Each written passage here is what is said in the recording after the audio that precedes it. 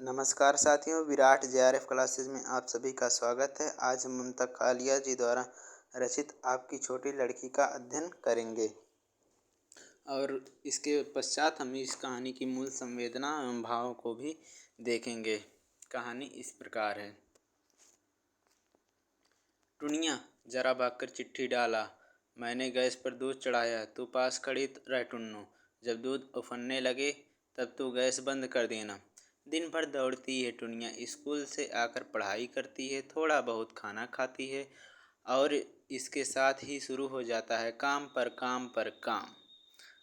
घर के टेढ़े से टेढ़े और सीधे से सीधे काम सब टुनिया के जिम्मे। टुनिया बाजार से लकड़ी लाएगी, टुनिया पौधों में पानी देगी, टुनिया मम्मी को दवाई देगी, टुनिया बाहर सूख रहे कपड़े उठाएगी, टुनिया 10 बार दरवाज़ा खोलेगी, 10 बार दरवाज़ा बंद करेगी। टुनिया है तो 13 की पर लगती है 11 की। ना उसे दूध पीना अच्छा लगता है ना अंडा खाना। हल्का फुल्का बदन है उसका। मम्मी की खातिर तो वह सारा दिन भागती है। कई ऐसे भी काम हैं जो उसे बिल्कुल पसंद नहीं, जैसे कि पाल साहब के यहाँ जाकर पापा को फ़ोन करना, नल बंद होने पर निचली मंजिल पर डॉक्टर जगतयानी के घर से पानी लाना, बाजार से कादा बटाटा खरीदना और सामान मम्मी को पसंद न आने पर उसे वापस करने दुकान पर जाना। एक बार खरीद कर वापस करना क्या इतना आसान होता है? पसीना आ जाता है, बुद्धू अलग बनना पड़ता है। दीदी के साथ तो ऐसा नहीं करती मम्मी। दीदी उनका एक भी काम नहीं करती, फिर भी उसके सामने मम्मी कभी शिकायत नहीं करती। दीदी सुबह 8 बजे सोकर उठती हैं, उठते ही हुक्म चलाने लगती हैं। टुनिया, मेरे नहाने का पानी गर्म करो। मम्मी, आलू का पराठा बना दो। दीदी नहाने चली जाती हैं और घर भर उसके कॉलेज जाने के काम में इस कदर व्यस्त हो जाते हैं जैसे दीदी बड़े काम पर जा रही हों। दीदी एक महारानी नज़र सब पर डाल शान से चल देती हैं। बहुत नाज है टुनिया को अपनी बहन पर। दीदी टुनिया से चाहे जो काम ले ले टुनिया कर देगी। कई बार दीदी टुनिया के हाथ में अपनी पढ़ाई की किताब थमाकर लेट जाती हैं। पढ़ाई करने का दीदी का यह प्रिय तरीका है। टुनिया किताब में से सब पढ़कर सुनाती है। बहुत होशियार हैं दीदी। एक बार का सुना ज्यों का त्यों याद हो जाता है उसे। कॉलेज के उत्सव में दीदी की जय जयकार होता रहता है। मुख्य अतिथि एक के बाद एक 10 पुरस्कार दीदी को देते हैं। अधिकतम अंक पाने पर अंग्रेजी, हिंदी और फिलॉसफी प्रमाण पत्र तो मिलता ही है, साथ ही गायन, नृत्य और अभिनय का भी। एक पुरस्कार व्यक्तित्व के लिए, एक वक्ता के लिए।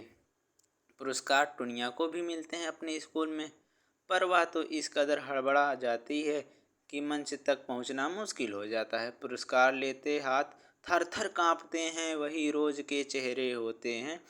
फिर भी टुनिया कितना घबरा जाती है। दीदी बिल्कुल नहीं घबराती, एकदम बाहरी आदमी है मुख्य अतिथि।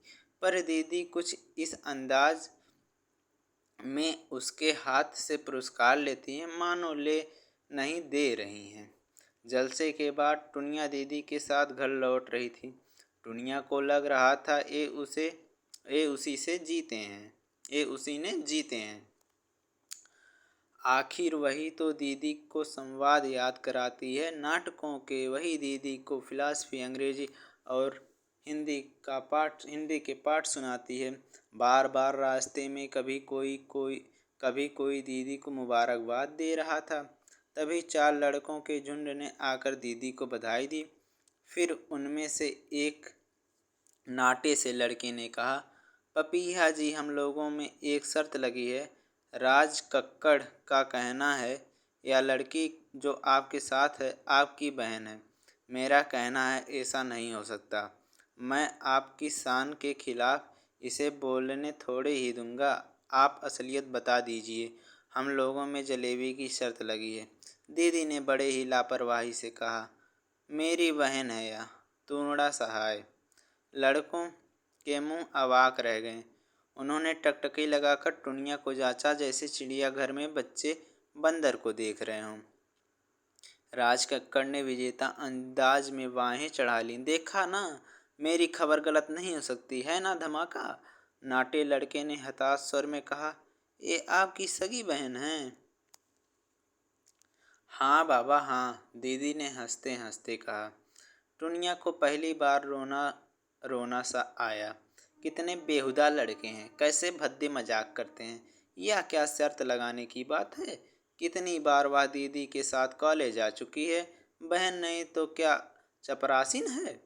घर जाकर टुनिया ने किसी से कुछ नहीं कहा, पर रुलाई एक अंधड़ की तरह मन में घुमड़ रही थी। किसी को उसकी ओर देखने का समय ही कहाँ था। कोई दीदी की पीठ ठोंक रहा था, कोई उसका मुंह चूम रहा था। रात जब टुनिया अपने बिस्तर पर लेटी, उसे ना जाने कहाँ से रुलाई आ गई। उसे पता नहीं था वह क्यों रो रही थी, पर आंसू थे जो बहे जा रहे थे। लगातार रोने से नींद भी उड़ गई।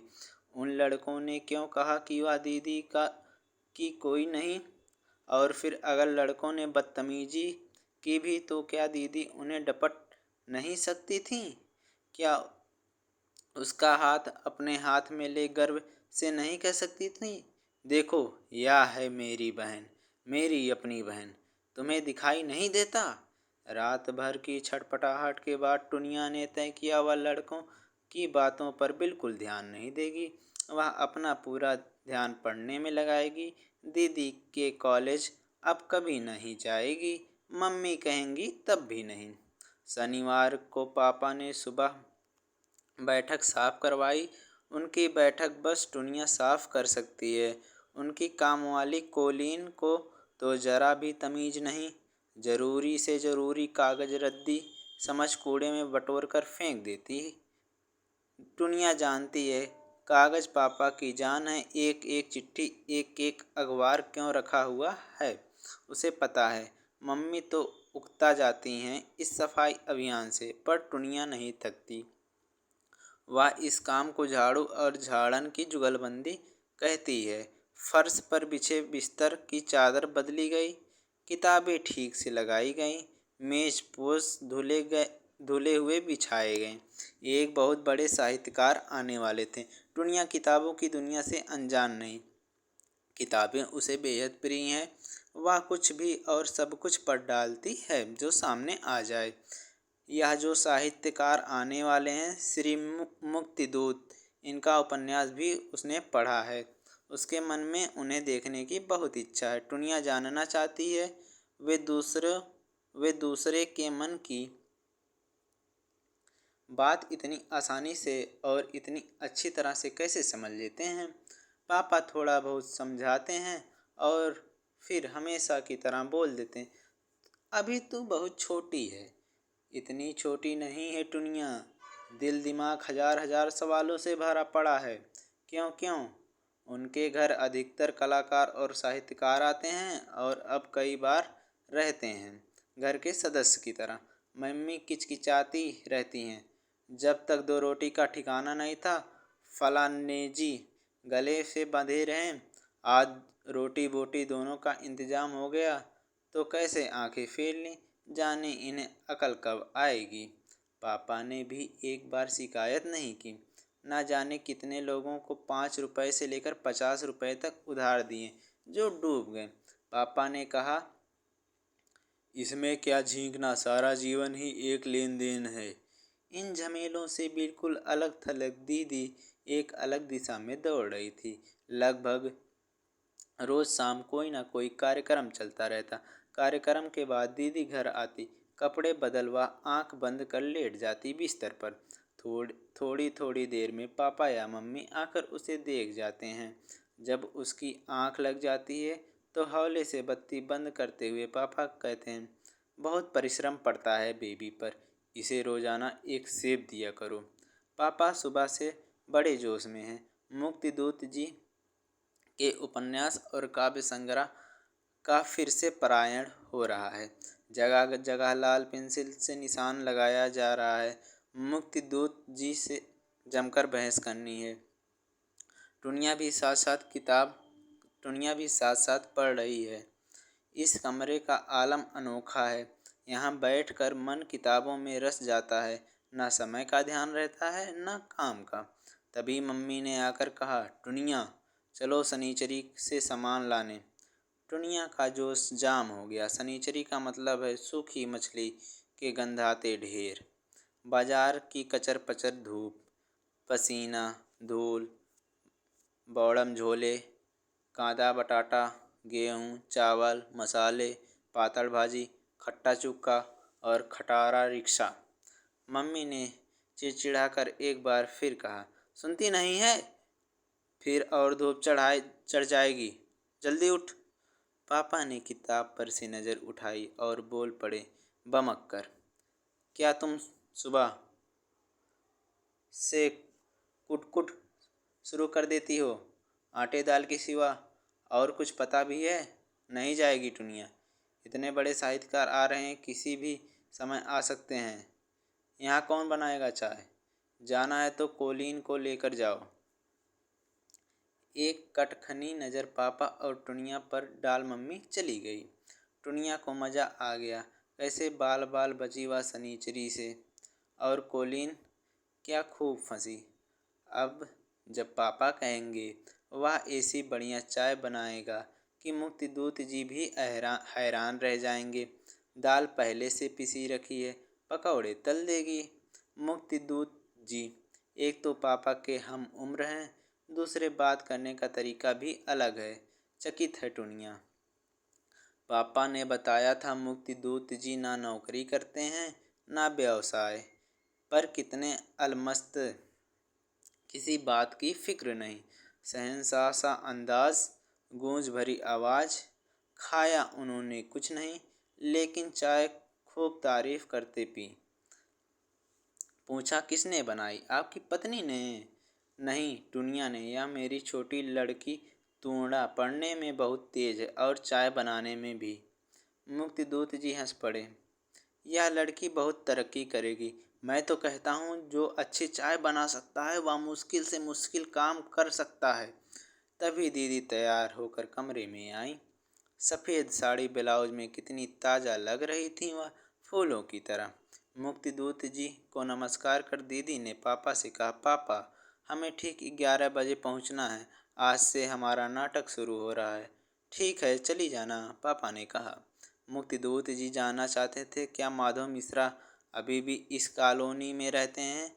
रहते हैं, पापा ने बताया। टुनिया बता देगी, जानती है टुनिया बेटी, जरा मुक्तिदूत जी को माधव मिश्रा जी के घर पहुंचा दो। भाई, लेकिन लौटकर हम एक चाय और पियेंगे। ज़रूर ज़रूर, पापा की मुस्कान खिल गई। पापा को और क्या चाहिए, उनका मन तो बस स्वागत सत्कार के लिए बना है। टुनिया ने जरा भी देर नहीं लगाई, फौरन चल दी मुक्तिदूत जी के साथ। बाप रे, कितने लंबे हैं ताड़ की तरह। बात करते समय अगर इनकी तरफ देखना हो तो गर्दन में बायटा पड़ जाए। मुक्ति दूत जी ने देखा टुनिया उनके साथ लगभग भागते हुए चल रही है। उन्होंने रफ्तार धीमी कर दी। पूछा, यह तुम्हारी बहन थी ना? आपको कैसा लगा? वाह, तुमसे इतनी मिलती जो है। टुनिया ने शायद गलत सुना था या मुक्तिदूत जी ने ही गलत कहा है। सब तो कहते हैं मुझसे जरा भी नहीं मिलती। बहुत मिलती है। तुम्हें पता है टूना, इंसान लाख कोशिश करे पर वह बात पैदा नहीं कर सकता जो भगवान कर सकता है। जैसे किताबें छपती हैं सब एक सी, इसी तरह भगवान हर खानदान के नाक नक्श की नकल रखता। तभी ना जानकर लोग कहते हैं, अरे बबुआ तेरी नाक तो बिल्कुल तेरी दादी पर गई है। ईश्वर एक बढ़िया मुद्रक है। अपनी ही बात पर मुक्तिदूत जी हा हा कर हंस दिए। टुनिया के मुंह से फौरन निकला, आप भगवान को मानते हैं? क्यों, ऐसा तुम्हें क्यों लगा कि भगवान को मानने वाले कम होते जा रहे हैं? पता नहीं, एक बार पापा ने कहा था लोग ज्यों-ज्यों पढ़े लिखे बन रहे हैं उनकी भगवान पर से आस्था हिल रही है। या तो पापा ने कहा था। तुम क्या कहती हो? मुझे भी ऐसा ही लगता है। नहीं, पापा को ऐसा लगता है इसलिए तुम्हें ऐसा लगता है टुनिया रानी? अलग से सोचो। क्या हमारे देश से कभी ईश्वर में विश्वास खत्म हो सकता है? अभी मैं चौराहे के बीचों बीच एक बौड़म सा पत्थर रख दूं सिंदूर में रंगकर, और खुद उस पर जाकर दो फूल चढ़ा आऊं, फिर देखना तुम अपने लोगों की कितनी आस्था है। 10 में से 9 आदमी यहाँ रुकेंगे, मत्था टेकेंगे, फूल फल चढ़ाएंगे। इसे कहते हैं आस्था या अंधविश्वास। टुनिया बोल उठी। नहीं, विश्वास। वैसे विश्वास और अंधविश्वास में बहुत महीन सा फर्क होता है। तुम अभी बहुत छोटी हो, वरना तुम्हें समझाता। बात आ गई ना वही बात, आ गई ना वही बात। या छोटी होना तो बावले जान हो गया है। अच्छी खासी बात समझ आ रही थी कि बीच में फिर अभी तुम बहुत छोटी हो। इस वक्त मुक्तिदूत जी मेहमान हैं। वरना टुनिया पूछती, छोटों को बड़ा बनने के लिए क्या करना पड़ता है? क्या सिर के बल खड़ा होना पड़ता है? लीजिए, आ गया माधव मिश्रा जी का घर। मिश्रा जी घर पर हैं। टुनिया का काम खत्म। मुक्तिदूत जी अब मिश्रा जी से बातों में मशगूल हो जाएंगे। दोनों साहित्यकार, दोनों बतूनी। 2 घंटों तक मुक्तिदूत जी वापस लौटे। 2 घंटों बाद मुक्तिदूत जी वापस लौटे। पहले चाय पी, पापा ने खाने के लिए आग्रह किया। सहज भाव से वह रुक गए। टुनिया ने अकेले हाथ सारा इंतजाम किया। वह दौड़ दौड़ कर गर्म फुल्का खिला रही थी। उसे बिल्कुल कष्ट नहीं हो रहा था। मुक्तिदूत जी कब कब आते हैं? आपकी लड़की की आवाज़ बहुत अच्छी है, इसे तो रेडियो में भी आसानी से ले लेंगे। मुक्ति दूत जी ने कहा। पापा उत्साह और गर्व से बताने लगे, उसे समय ही कहाँ है रेडियो के लिए। यह तो स्टेज की नामी कलाकार है। आए दिन इसके कार्यक्रम होते रहते हैं। 2 साल से कथक सीख रही है, कॉलेज भी जाना रहता है, पढ़ाई में हरदम अव्वल आती। कौन? यह टुनिया? यह तो अभी बिल्कुल मूर्ख है, कुछ नहीं आता। वह मेरी बड़ी बेटी पपीहा। नहीं सराय साहब, मैं इसकी बात कर रहा हूँ, आपकी छोटी लड़की की। इसकी आवाज़ में एक संस्कार है, आजकल बहुत कम दिखाई देता है। फुल्का लाते हुए टुनिया ने सुना, आपकी छोटी लड़की। सहसा विश्वास नहीं हुआ टुनिया को। इस घर में दीदी की जय जयकार हुई है। दीदी के गाने पर तालियां बजी हैं, दीदी के नृत्य पर बधाई मिली है, दीदी के प्रमाण पत्र मढ़ाए गए हैं। दीदी महान है। टुनिया से कोई पूछे दीदी क्या है? पानी लाते लाते टुनिया के कानों में मुक्तिदूत जी की आवाज़ पड़ी है। सहाय साहब, आवाज़ से आप किसी की पूरी शख्सियत जान सकते हैं। सच्चे खरे इंसान की आवाज़ नाभि से शुरू होती है और उधर से टकराती हुई एक पूरी संस्कृति का दस्तावेज बन गले से निकलती है। आपकी छोटी लड़की की आवाज़ में यह सब है। उसकी आवाज़ एक समूची संभावना है। दुनिया का अंग अंग सितार सा झंझना उठा। यह क्या यह सच है? क्या यह सब उसी के लिए कह रहे हैं? इतने बड़े साहित्यकार झूठ क्यों बोलेंगे? शायद झूठ ही होगा। यूं ही उसे खुश कर रहे हैं, या पापा की खुशामद कर रहे हैं। खुशामदी तो नहीं लगते। वह उनके सामने बोली ही कहाँ, वे ही बोलते रहें। क्या उन छोटे छोटे अस्फुट जवाबों में से ही उन्होंने यह मणि निकाली? टुनिया ने सोचा था। उन्होंने उसे मूर्ख मानकर ही ज़्यादा बात नहीं की। पापा गर्दन हिलाते हुए उनके आगे मिठाई का प्लेट बढ़ाने लगे। पापा ने अपनी परिवार प्रशस्ति शुरू कर दी। हमारे घर में सभी की आवाज़ें अच्छी हैं। मेरे पिताजी की आवाज़ भी बहुत अच्छी थी। जब वे रामायण पाठ करते थे तो सारा मोहल्ला आ जाता था सुनने। पपीहा की आवाज़ तो सबसे अच्छी है। क्या बताएं, आज होती तो आपको उसका गाना सुनाते। कुछ नहीं लेना देना टुनिया को इस परिवार पुराण से। अब लाख बार घर वाले उससे चाय बनवाएं, पानी मंगवाएं, सब्जी कटवाएं, कुछ नहीं व्यापेगा उसे। उसे आज यह कैसी संपदा मिल गई है। उसके कानों में ठुमरी सी छोटी सी बात किस कदर ठुमक रही है। आपकी छोटी लड़की, आपकी छोटी लड़की। इस प्रकार यह कहानी समाप्त होती है। अब हम देखेंगे इसमें संवेदनाएं क्या क्या हैं। यह बाल मनोवैज्ञानिक कहानी है जिसमें टुनिया की तुलना बड़ी बहन से की जाती है, जिससे टुनिया में हीन भावना और नकारात्मक प्रभाव आ जाते हैं। इसमें हम देखेंगे बच्चों के भावनाओं को महत्व देना चाहिए। कहानी में टुनिया की भावनाओं को कोई नहीं समझता, इसलिए भीतर ही भीतर वह घुटती रहती है।